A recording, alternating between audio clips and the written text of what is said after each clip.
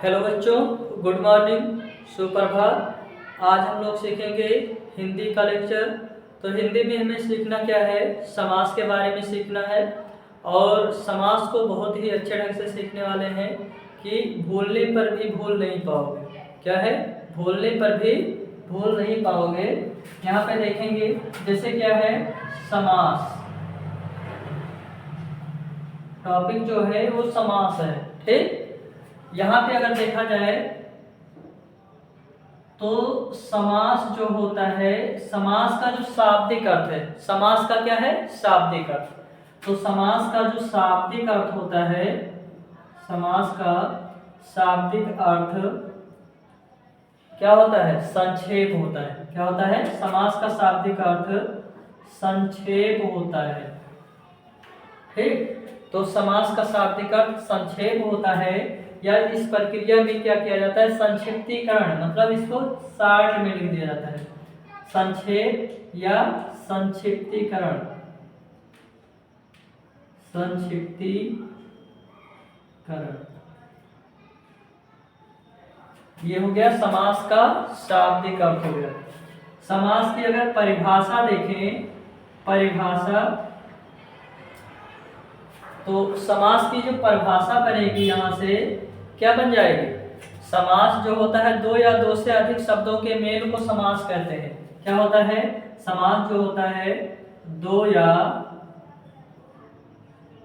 दो से अधिक, दो या दो से अधिक शब्दों के मेल को समास कहते हैं, समास कहते हैं। ठीक, क्या जाने आप लोग, शाब्दिक अर्थ क्या होता है, संक्षेप या संक्षिप्तीकरण होता है। परिभाषा क्या होता है, तो दो या दो से अधिक शब्दों के मेल को समास कहते हैं। यहाँ पे एक आता है सामासिक पद। क्या आता है, समासिक पद, समासिक पद। ये समासिक पद क्या है, तो समास के नियम का अगर पालन कर रहा है तो समासिक पद है। तो समास के नियमों से बने शब्द को क्या लिखेंगे, समास के नियमों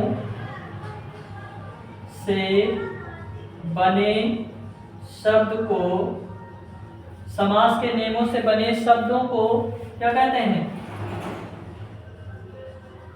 समासिक पद बोलते हैं। क्या बोलते हैं, समासिक पद। समास के नियमों से बने हुए शब्दों को क्या कहते हैं, समासिक पद कहते हैं। या इसी को क्या बोलते हैं, या बोलते हैं इसको या समस्त पद। क्या बोलते हैं, समस्त पद बोलते हैं। ठीक है ना। अब अगला आता है समास विक्रय। क्या आता है, इसको बोलते हैं समास विक्रय, समास विग्रह बोलते हैं। क्या होता है, तो इसको जैसे समासिक पदों को अलग अलग करने की क्रिया को बोलते हैं समास विग्रह। क्या बोलते हैं, समास के नियमों से बने हुए शब्द को बोलते हैं समस्त पद या सामासिक पद बोलते हैं। लेकिन अगर इसको अलग अलग करके लिख दिया जाए, तोड़ कर लिख दिया जाए, तो उसे करते हैं, कहते हैं क्या, समास विग्रह। तोड़ के लिखेंगे तो क्या कहेंगे, समास विग्रह बोलेंगे। तो ये हो जाएगा क्या, समास या समस्त पद को, समस्त पदों को अलग अलग करने की क्रिया को, अलग अलग करने की क्रिया, अलग अलग करने की क्रिया या प्रक्रिया को, क्रिया को क्या बोलते हैं, समास विग्रह बोलते हैं। समास विग्रह, समास विग्रह हो गया। क्या हो गया, समास विग्रह। ठीक, अब यहां से आ जाइए समास के भेद या समास के प्रकार। क्या लिखेंगे अब, समास के भेद या प्रकार, समास के भेद या प्रकार। ठीक, जो समास होता है, समास कितने प्रकार का होता है? तो समास कितने प्रकार का होता है? 6 प्रकार का। तो समास को लिखेंगे कितने प्रकार का होता है? समास 6 प्रकार का होता है। नंबर 1 अव्ययी भाव समास। क्या होता है? अव्ययी भाव समास। नंबर 2 द्विगु समास। क्या लिखेंगे? द्विगु समास। नंबर 3 लिखेंगे द्वंद्व समास। क्या लिखेंगे? द्वंद्व समास लिख देंगे। क्या लिखे? अव्ययी भाव समास हो गया, द्विगु समास हो गया, और क्या हो गया? द्वंद्व समास हो गया। अब लिखेंगे चौथा, लिखेंगे कर्मधारय समास। क्या हो जाएगा?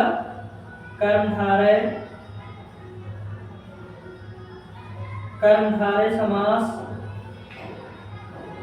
पांचवा जो होगा वो होगा क्या? तो पांचवा जो होगा वो बहुब्रीहि समास होगा। क्या होगा? बहुब्रीहि समास। यहाँ लिखेंगे, और छठा लिखेंगे क्या? जो छठा होता है वो होता है तत्पुरुष। क्या होता है? तत्पुरुष समास। ये हो जाएगा। तो हम लोग क्या पढ़े कि जो समास होता है, समास 6 प्रकार का होता है। इसके भेद के बारे में जाने, भेद पे ही चाहे प्रकार बोले। समास जो होता है 6 प्रकार होता है। नंबर 1 क्या हो गया? अव्ययी भाव समास हो गया। नंबर 2 क्या होता है? तो यहाँ पे होता है, मान लीजिए द्विगु समास। तीसरा लिखे द्वंद्व समास। चौथा लिखा कर्मधारय समास लिख दिए। पांचवा जो लिखेंगे बहुब्रीहि समास लिखेंगे। और यहाँ पे जो छठा बनेगा वो क्या बनेगा? तत्पुरुष समास बनेगा। क्या बनेगा? तत्पुरुष समास।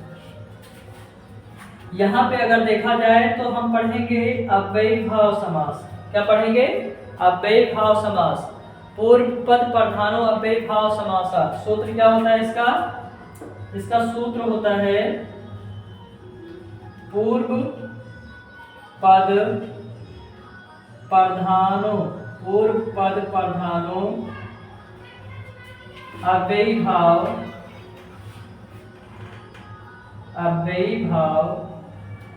समासः।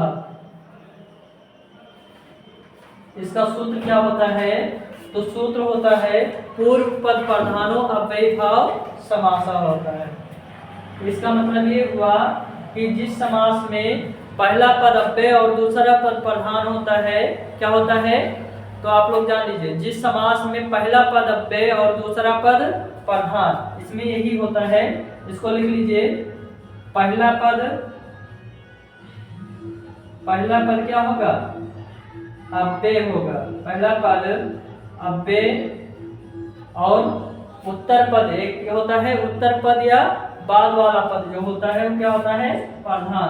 तो पूर्व पद अव्यय होता है और क्या होता है? उत्तर पद प्रधान।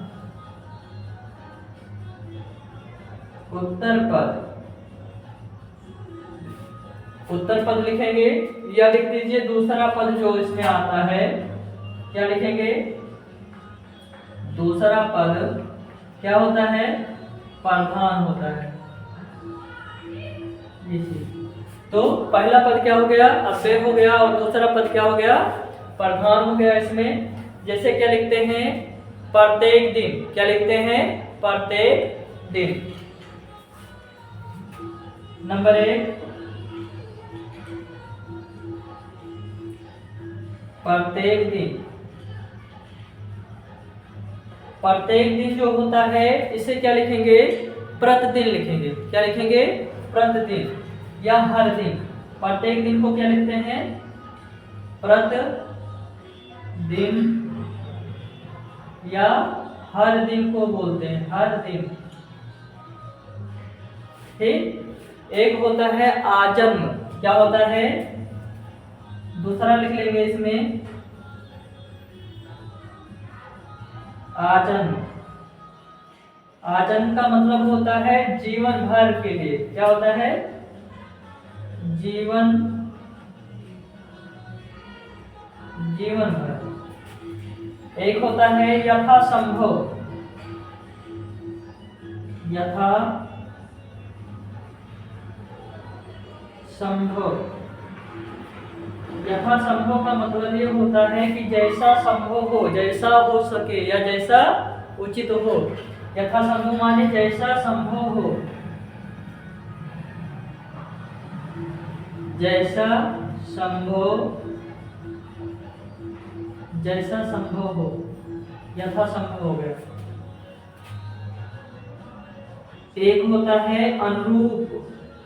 क्या होता है? अनुरूप। रूप के अनुसार। क्या होता है? रूप के अनुसार।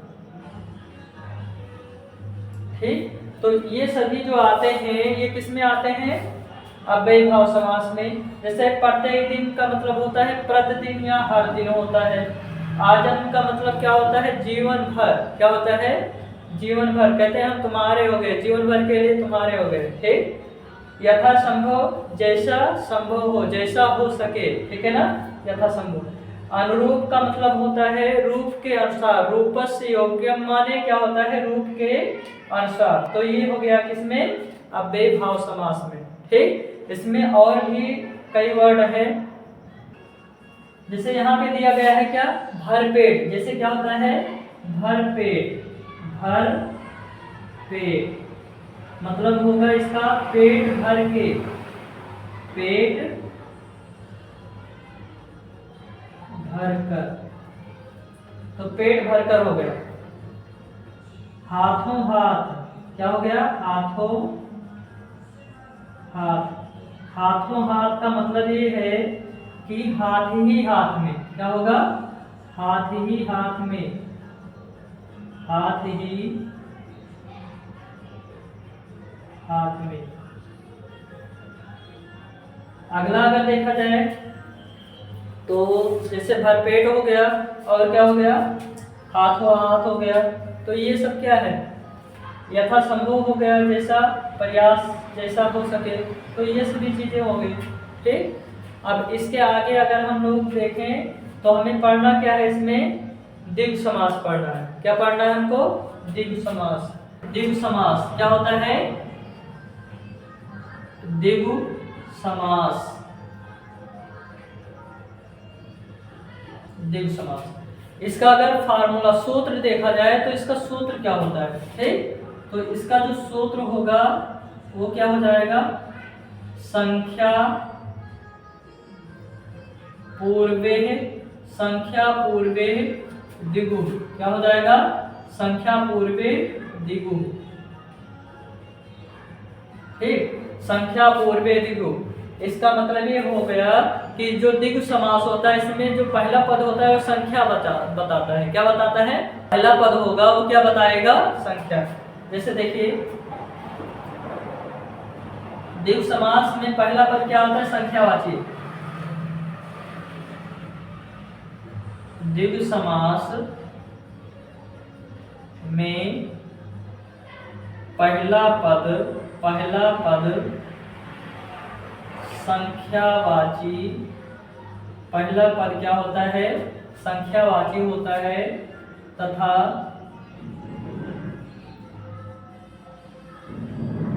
दूसरा पद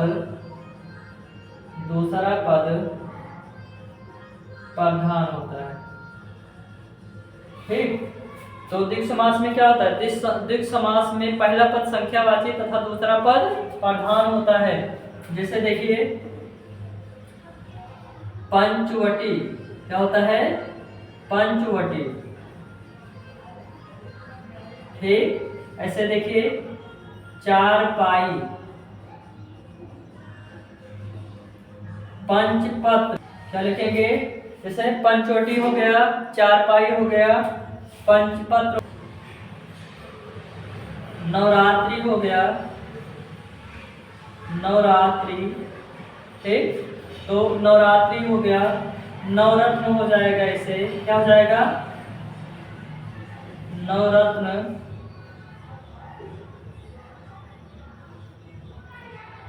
तो यहाँ पे देखिए पंचवटी, वट माने क्या होता है, वृक्ष। पंच जो होता है ये 5 को दर्शाता है, किसको, 5 को। तो 5 वृक्ष के समूह को, 5 वृक्ष के समूह को क्या कहेंगे, पंचवटी। क्या लिखेंगे, 5 वृक्षों का समूह। तो 5 वृक्षों का समूह क्या कहलाएगा, पंचवटी कहलाएगा। 4 पाई यहाँ पे होगा, 4 पायों का समूह, 4 पायों का समूह क्या कहलाएगा, 4 पायों का समूह। तो क्या बन गया, ये 4 पाई बन गया। ऐसे यहां से देखेंगे, पंचपत्र, 5 पत्रों, 5 पत्रों का समूह, 5 पत्रों का समूह। ऐसा देखेंगे, नवरात्रि, नवरातों का समूह क्या बनेगा, नवरातों का समूह। नवरत्न का क्या होगा, नवरत्नों का समूह क्या बनेगा, नवरत्नों का समूह, ये चीज बनेगा।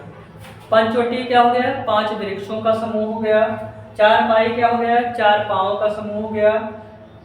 यहाँ पे पंचपत्र, 5 पत्रों का समूह, पंचपत्र का समूह होता है। ठीक, नवरात्रि का समूह मतलब नवरात्रों का समूह, नवरत्न का मतलब नवरत्नों का समूह। ऐसे और भी देख लेंगे।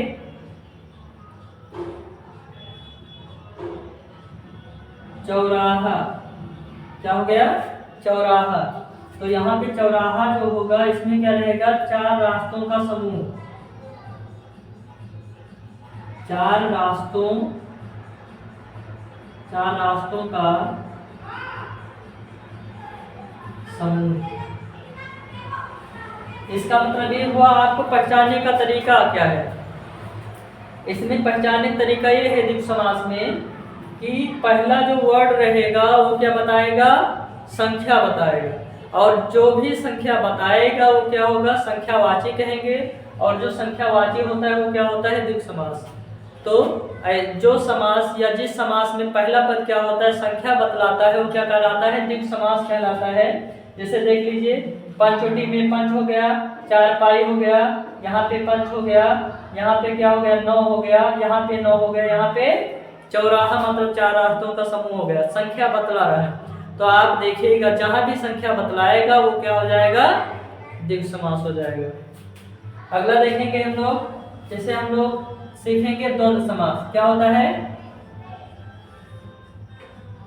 द्वंद्व समास।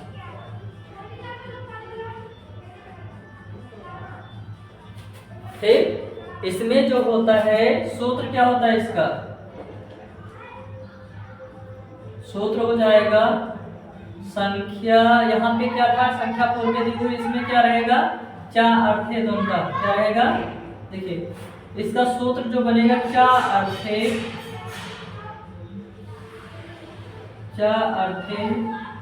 द्वंद्व, ये सूत्र बनेगा।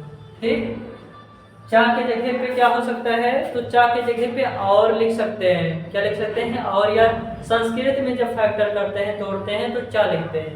ठीक, जैसे माता और पिता, तो डैश जब लगा देते हैं तो क्या लिखते हैं, उसमें माता चा पिता लिख देते हैं। क्या लिखते हैं, माता चा पिता। तो यहाँ पे देखिए, चा लिखेंगे, या इसके जगह पे और लिखेंगे। क्या लिखेंगे, और।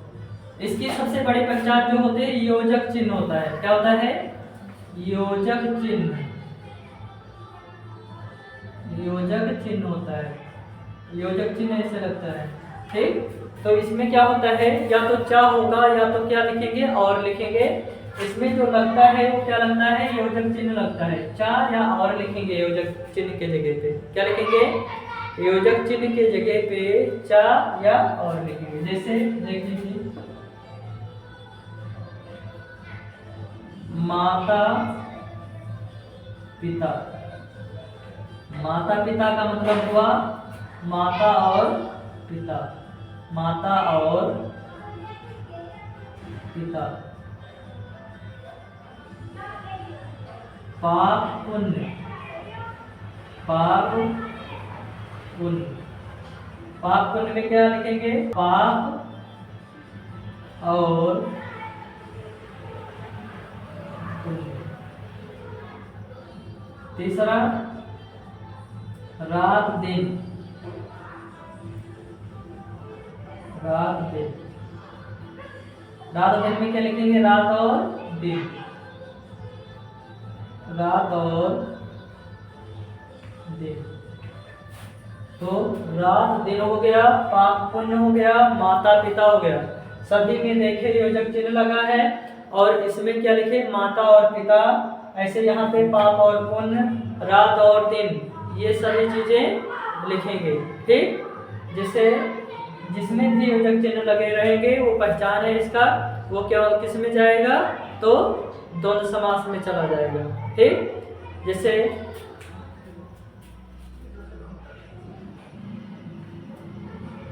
राधा कृष्ण, क्या लिखेंगे? राधा और कृष्ण, राधा और कृष्ण।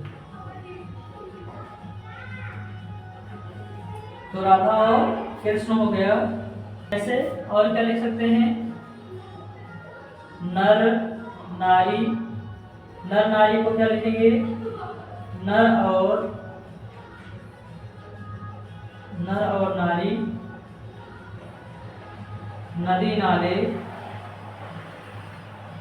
नदी नाले। यहाँ क्या लिखेंगे? नदी और नाले, नदी और नाले। सातवां क्या लिखेंगे?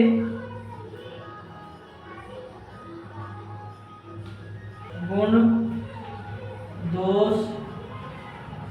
गुण दोष को क्या लिखेंगे? गुण और दोष। क्या बनेगा? गुण और दोष बन जाएगा। सुख दुख ऐसे लिखेंगे, सुख दुख। तो क्या लिखेंगे इसको? सुख और दुख। तो हम लोग इसको सीखे। इसमें क्या सीखे?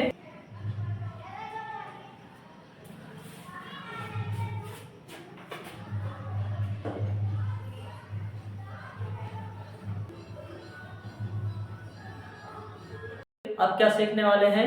तो कर्मधारय समास। क्या सीखेंगे? कर्मधारय समास। कर्मधारय समास।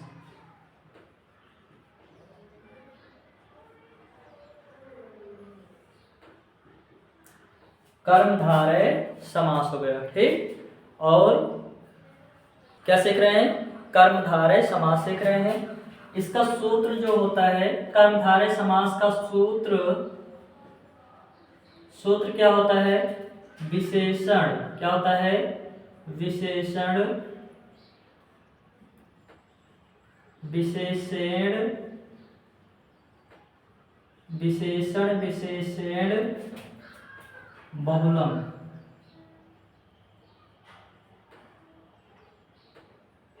विशेषण विशेषण बहुलम, ये किसका सूत्र है? कर्मधारय समास का सूत्र है। क्या होता है? विशेषण विशेषण बहुलम होता है। तो यहाँ पे हम बता सकते हैं कि जिस समास में पहला पद उपमेय, दूसरा पद उपमान, क्या लिखेंगे? कि जिस समास में पहला पद उपमेय तथा दूसरा पद उपमान। जिस समास में पहला पद उपमेय तथा दूसरा पद उपमान। ठीक, जिस समास में पहला पद उपमेय और दूसरा पद उपमान होता है वो क्या कहलाता है? कर्मधारय समास। या जिस समास में पहला पद विशेषण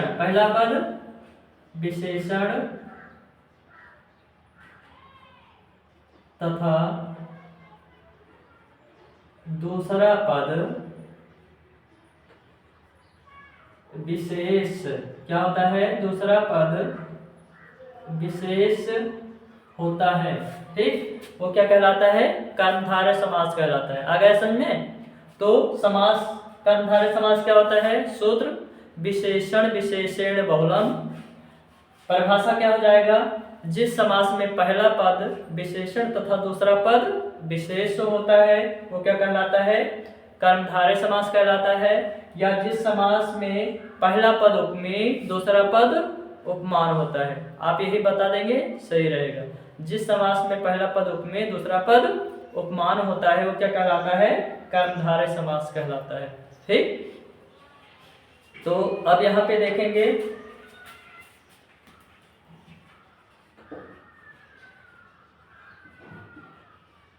एग्जाम्पल, देख लीजिए। एग्जाम्पल क्या हो जाएगा इसका? जैसे लिखा जाता है नीलांबर, क्या लिखते हैं? नीलांबर।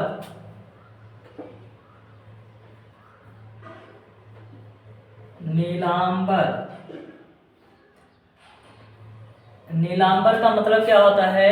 नीला है जो अंबर, नीला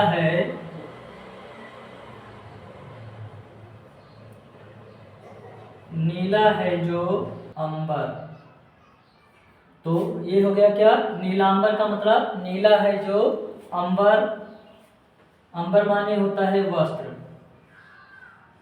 तो नीला है जो वस्त्र कह दीजिए या नीला है जो अंबर हो जाता है। तो ये क्या कहलाएगा? नीलांबर। प्रधानाध्यापक,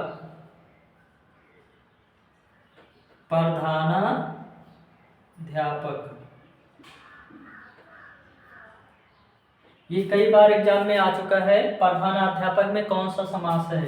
तो प्रधानाध्यापक में प्रधान है जो अध्यापक, क्या लिखेंगे? प्रधान है जो क्या लिखेंगे? प्रधान है जो अध्यापक। मतलब अध्यापकों में प्रधान कौन है? मेन कौन है? तो प्रधान अध्यापक। तो इसको इसीलिए लिखते हैं प्रधान है जो अध्यापक लिखते हैं। नयन कमल, नयन कमल। नयन कमल का मतलब क्या होगा? कमल रूपी नयन क्या हो जाएगा? कमल के समान नयन लिख देंगे। क्या लिखेंगे? कमल के समान नयन। तो कमल के समान क्या हो गया? नयन हो जाएगा। अगला देखेंगे मृग नयन, मृग नयन। मृग नयन का क्या होगा? तो मृग के समान है जो नयन, मृग के समान है जो नयन वो क्या कहलाएगा? मृग नयन। मृग के समान नयन। मृग माने होता क्या है? हिरण। तो हिरण के समान नयन, मृग के समान नयन। तो मृग के समान नयन होगा तो क्या कहलाएगा? मृग नयन। क्या कहलाएगा? मृग नयन। नयन कमल, कमल के समान नयन हो गया। प्रधानाध्यापक, प्रधान है जो अध्यापक हो गया। नीलांबर, नीला है जो अंबर हो गया। ठीक, तो ये हो गया। अब यहाँ पे और देखेंगे प्राण प्रिय, प्राण प्रिय। प्राण प्रिय का प्राण प्रिय, प्राण के समान प्रिय, क्या होगा, प्राण के समान प्रिय। जितना प्राण प्रिय होता है उतना ही तुम भी प्रिय हो, तो ये क्या हो जाएगा, प्राण से प्रिय हो जाएगा। ठीक, तो प्राण प्रिय का मतलब प्राण के समान प्रिय हो गया। मृग नयन का मतलब हो गया मृग के समान नयन हो गया। ठीक, इसके आगे जैसे लिखते हैं नीलकंठ।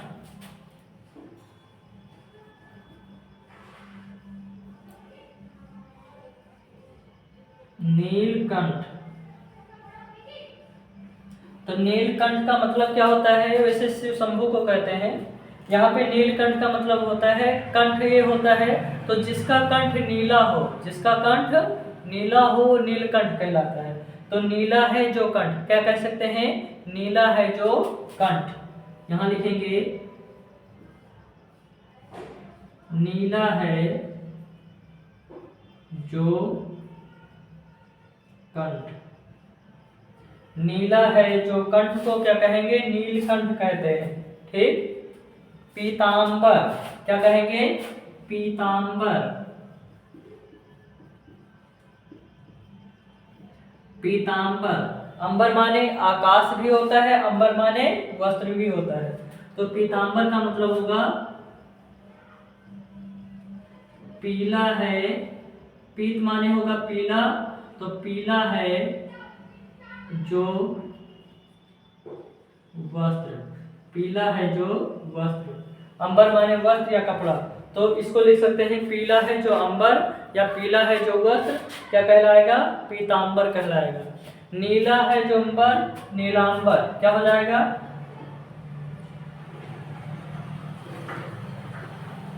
नीलांबर।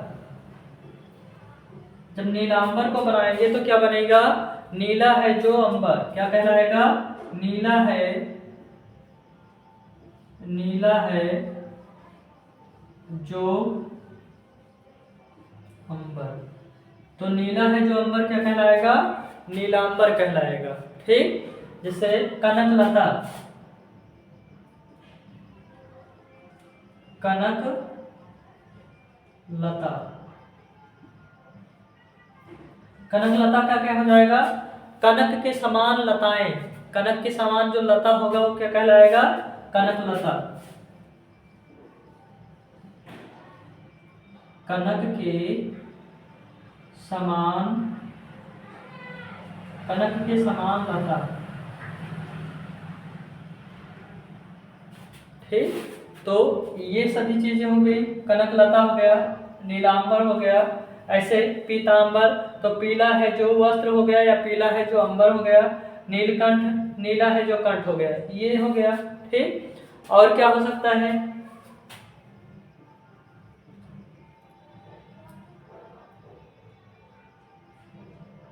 कमल नयन हो गया था यहाँ पे, नयन कमल।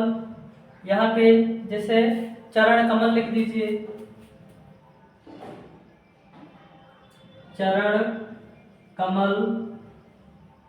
तो चरण कमल का मतलब क्या हो गया, चरण रूपी कमल, या क्या है, जो चरण है वो कमल के समान है, तो कमल के समान, समान चरण,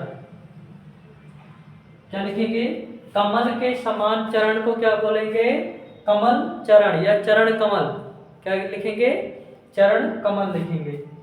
ऐसे और क्या हो सकता है,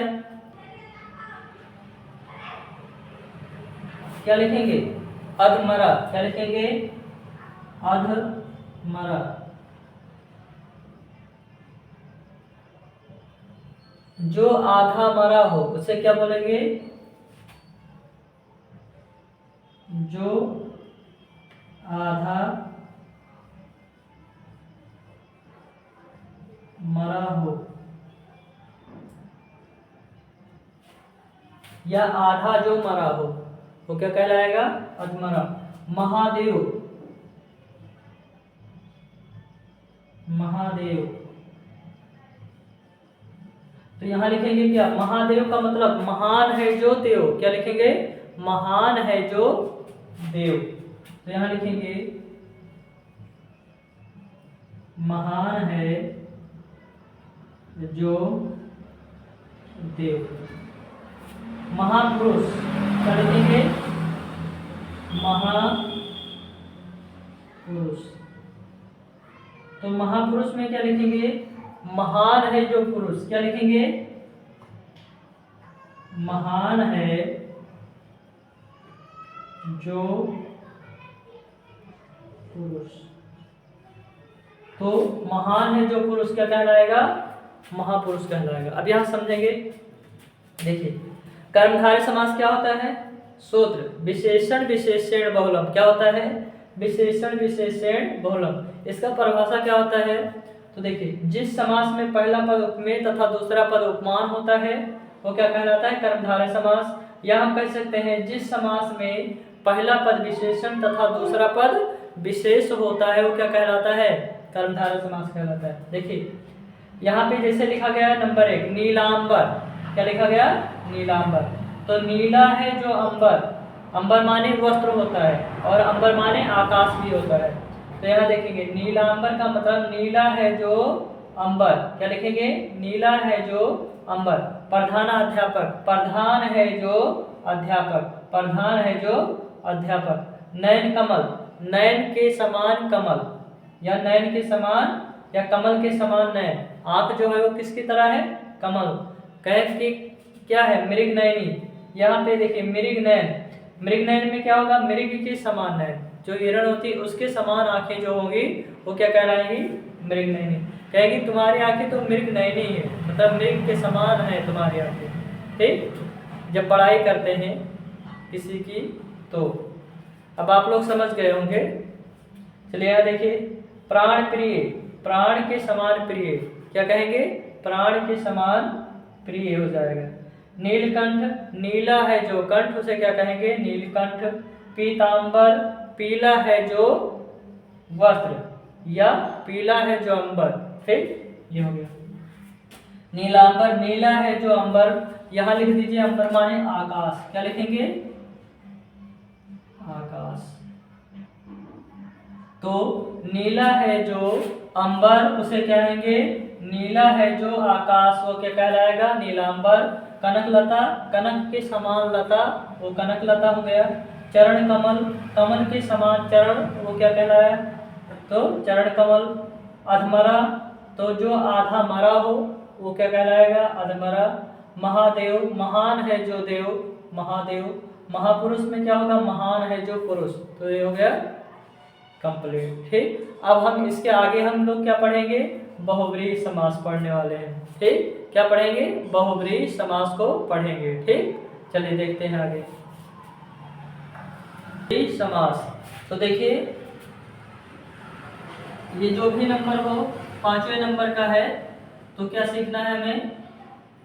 बहुव्रीहि,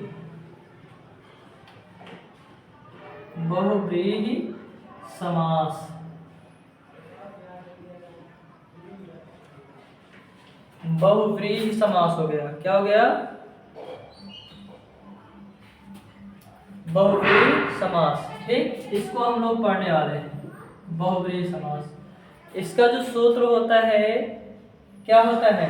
अनेक मन्य पदार्थ। क्या होता है? सूत्र अनेक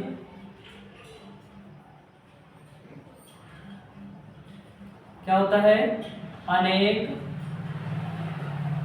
मन्य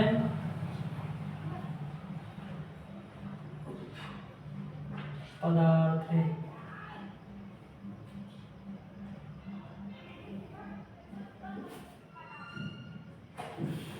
ये सूत्र हो गया। ठीक, मन्य पदार्थ या मतलब ये किसी अन्य की तरफ बोध करेगा। ठीक, तो यहाँ पे अगर देखा जाए तो जिस समास में पहला पद क्या होता है? दूसरे पद की विशेषता बताता है तो कर्मधारय हो गया। और इसमें क्या होगा? इसमें ना तो पहला पद प्रधान होगा ना तो दूसरा पद प्रधान होगा, ये किसी अन्य अर्थ की ओर बोध करेगा, वो क्या कहलाएगा? बहुव्रीहि समास। क्या लिखेंगे? जिस समास में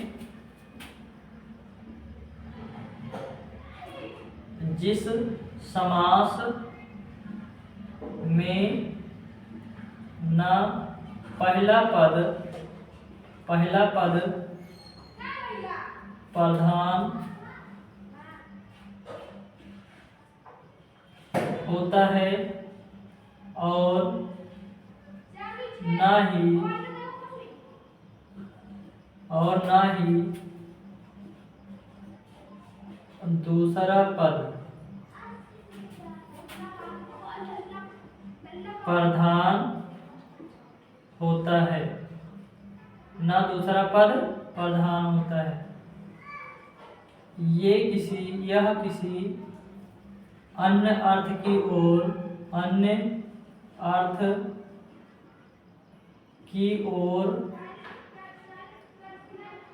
बोध कराता है,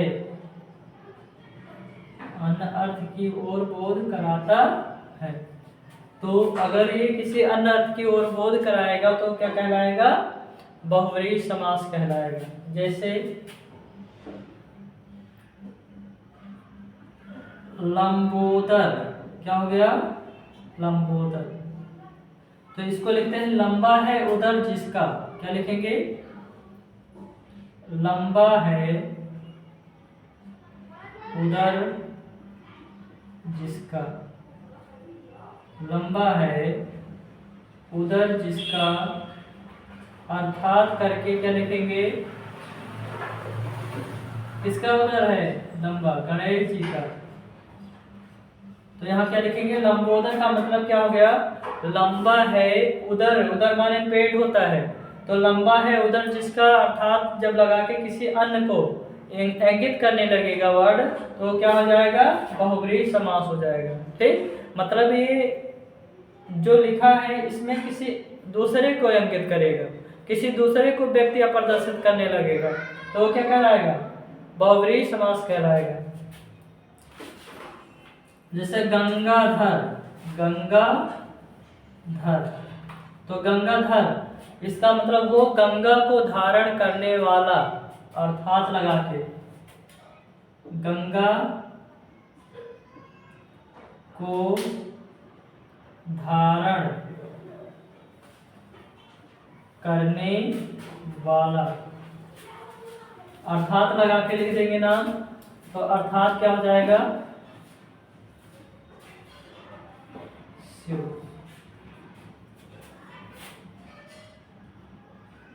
चतुर्भुज, क्या लिखेंगे? चतुर्भुज। तो इसको क्या लिखेंगे? चतुर्भुज का मतलब चार हाथ निकले हुए, चार भुजा, तो चार भुजाएं हैं जिसके, क्या लिखेंगे? चार भुजाएं हो जिसके, अर्थात चार भुजाएं हो जिसके, अर्थात विष्णु। कौन हो जाएंगे? विष्णु हो जाएंगे। ठीक, ऐसे। और क्या हो जाएगा? जैसे चार भुजाएं हो जिसके, अर्थात विष्णु हो गए। पीतांबर, फिर से इसमें लिखेंगे पीतांबर। ये जो है तोड़ने के आधार पे होता है, जैसे आप तोड़ देंगे वो समास वैसे हो जाएगा। ठीक, जैसे इसमें पीतांबर, तो पीला है,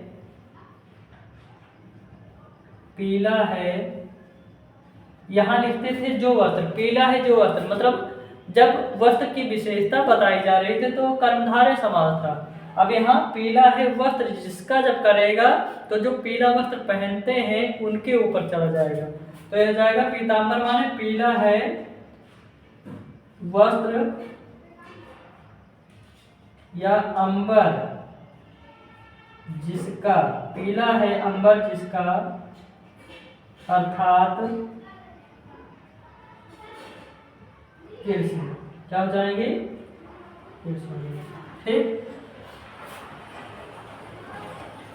तो पीतांबर पीला है वस्त्र जिसका हो गया। और अब क्या रहेगा? जैसे और क्या लिख सकते हैं इसमें? नीलकंठ कहेंगे तो भी शिव का ही बनेगा। नीलकंठ, नीला है कंठ जिसका, तो शिव हो जाएंगे। पीतांबर पीला है, अंबर वस्त्र जिसका, कृष्ण हो गए, या गणेश जी हो जाएंगे। ठीक। दशानन, दस है आनन जिसके, आनन माने मुख होता है, तो दशानन हो गया।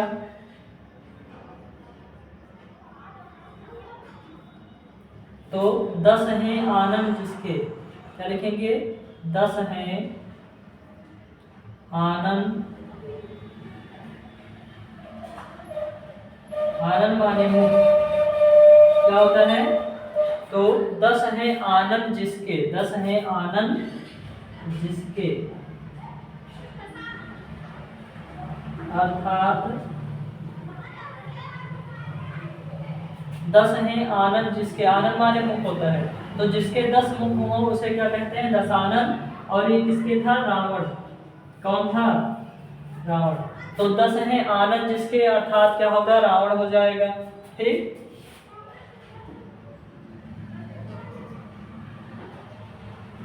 तो दशानन हो गया, लंबोदर हो गया। गजानन लिख लीजिए, गजानन, गजानन माने होता है हाथी के समान, क्या हो, बदन हो जिसका, गजानन, गज के समान, हाथी के समान मुख हो, क्या होगा, हाथी के समान मुख वाले को क्या कहेंगे। तो यहाँ देखिए, गजानन माने हाथी के समान, गज माने हाथी होता है, गज के समान मुख हो जिसका, गज को हम लिखते हैं हाथी, तो गज या हाथी के समान, के समान, हाथी के समान मुख है जिसका, हाथी के समान मुख है जिसका, अर्थात गणेश। कौन हो जाएंगे, ठीक। तो ये सभी चीजें हो गई। ठीक। चले देखते हैं, तरीका आप लोग सीखिए केवल। देखिए, बहुव्रीहि समास सूत्र क्या होता है, अनेक मन पदार्थ है। यहाँ पे जिस समास में ना पहला पद प्रधान होता है और ना ही दूसरा पद प्रधान होता है, यह अन्य अर्थ की ओर बोध कराने लगता है, तो क्या कहलाता है, बहुव्रीहि समास कहलाता है। उदाहरण के लिए देखेंगे, लंबोदर, लंबा है उदर जिसका, अर्थात गणेश जी हो जाएंगे। ठीक। गंगाधर, तो गंगा को धारण करने वाले, अर्थात क्या हो जाएंगे, तो शिव हो गए।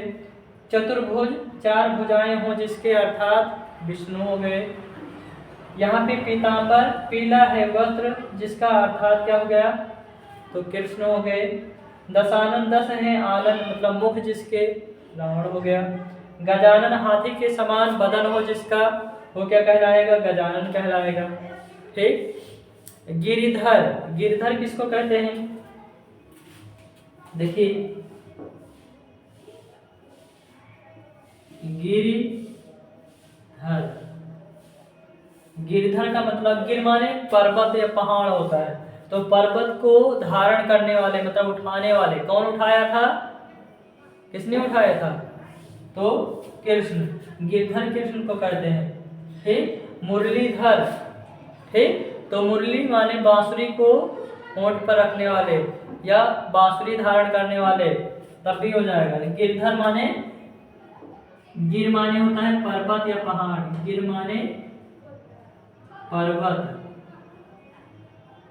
को धारण करने वाले।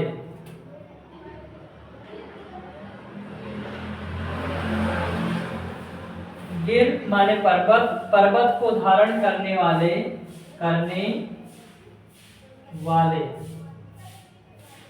अर्थात कृष्ण, क्या हो जाएगा, कृष्ण हो जाएगा। ठीक। तो ये सभी चीजें हम लोग सीख चुके हैं आज। ठीक।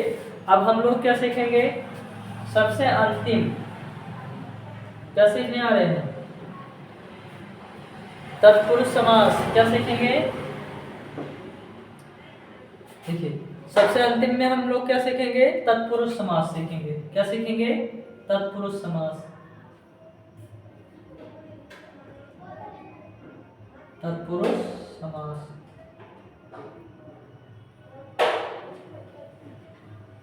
अब जो तत्पुरुष समास होता है इसमें क्या होता है, तो सभी विभक्तियों का लोप होता है। क्या होता है, सभी विभक्तियों का लोप होता है किसमें, तत्पुरुष समास में। जैसे कर्ता ने कर्म को कर्ण से के द्वारा संप्रदान के लिए अपादान से अलग होने के अर्थ में, संबोधन हे भो अरे ये सब आता है संबोधन के लिए, ठीक। अधिकरण में या पर आता है, ठीक। तो यहाँ पे कर्ता को छोड़ के कर्म से लिया जाता है, तो कर्म को कर्ण से के द्वारा संप्रदान के लिए अपादान से अलग होने के अर्थ में, ये सारी चीजें होती है। मतलब जो तत्पुरुष समास होता है इसमें क्या होता है, सभी विभक्तियां जो होती है उनका लोप होता है। जैसे राजकुमार, राजा का कुमार, इस तरह का होता है, ठीक। चलिए देखिए अगला हम लोग सीखते हैं अब यही। देखिए जिस समास में उत्तर पद, तत्पुरुष समास में क्या होता है, उत्तर पद प्रधान होता है। क्या होता है, उत्तर पद प्रधान होता है इसमें, ठीक। तो तत्पुरुष समास में क्या होता है, उत्तर पद प्रधान होता है। क्या होता है, उत्तर पद प्रधान होता है, ठीक। और तथा दोनों पदों के बीच में कारक चिन्हों का लोप होता है। क्या होता है, इसमें उत्तर पद प्रधान होता है तथा दोनों जो पद होते हैं, पूर्व पद और उत्तर पद, दोनों में के बीच में कारक चिन्ह होता है। क्या होता है, कारक चिन्ह का लोप होता है या उसमें छुपा होता है। क्या कहलाता है, तत्पुरुष समास कहलाता है। क्या कहलाता है, तत्पुरुष समास। जैसे राजकुमार,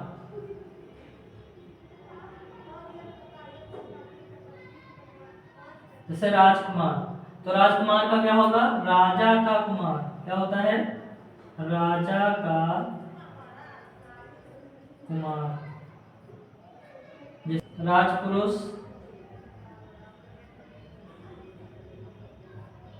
राजपुरुष माने राज का पुरुष, राज का पुरुष हो गया। गगनचुंबी क्या होता है, जैसे राजकुमार राजा का कुमार हो गया, राजपुरुष माने राजा का पुरुष हो गया। ऐसे गगनचुंबी, गगनचुंबी मतलब गगन को चूमने वाला।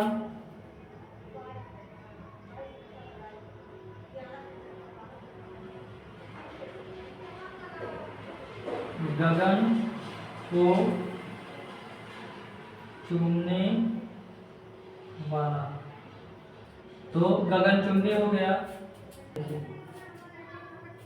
और क्या होता है, जैसे गृह प्रवेश। क्या होता है, गृह प्रवेश। गृह प्रवेश माने क्या होता है, घर में या गृह, घर या लिख सकते हैं गृह में प्रवेश, गृह में प्रवेश हो जाएगा, गृह प्रवेश हो गया। विद्या सागर, विद्या सागर, विद्या सागर माने विद्या का सागर। क्या लिखेंगे, विद्या का सागर। विद्या का सागर जो होगा उसे क्या कहेंगे, विद्या सागर बोलेंगे, ठीक। तो ऐसे सभी चीजें बनती हैं, ठीक है ना। और क्या हो जाएगा, जैसे चलिए देखिए समझ लीजिए, तत्पुरुष समास क्या होता है, उत्तर पद प्रधान होता है तथा दोनों पदों के बीच में जो होता है वो कारक चिन्हों का लोप होता है। किसका चिन्हों का, तो कारक चिन्हों का लोप होता है। जैसे राजकुमार राजा का कुमार हो गया, राजपुरुष राज का पुरुष हो गया, गगनचुंबी गगन को चूमने वाला, तो यहाँ को का लोप हो रहा है, का हो रहा है, ठीक। यहाँ पे गृह प्रवेश, घर में प्रवेश हो गया, गृह प्रवेश में। विद्या सागर, विद्या का सागर उसे क्या कहेंगे, तो विद्या सागर कहेंगे, ठीक। तो पूरा का पूरा हम लोग समास सीख चुके हैं। इसमें आपको बनाना आ गया कि कारक चिन्हों का लोप होता है किसमें, तो तत्पुरुष समास में। ठीक, और हम अब अगला लेक्चर लेके प्रस्तुत होंगे। जैसे मान लीजिए अलंकार पढ़ना है तो अलंकार, या संधि पढ़ना है तो संधि कमेंट के माध्यम से आप लोग बताइएगा, और फिर हम क्या करेंगे उस पर वीडियो बना के आप लोगों के पास भेज देंगे। आप सभी लोगों को देखने के लिए धन्यवाद।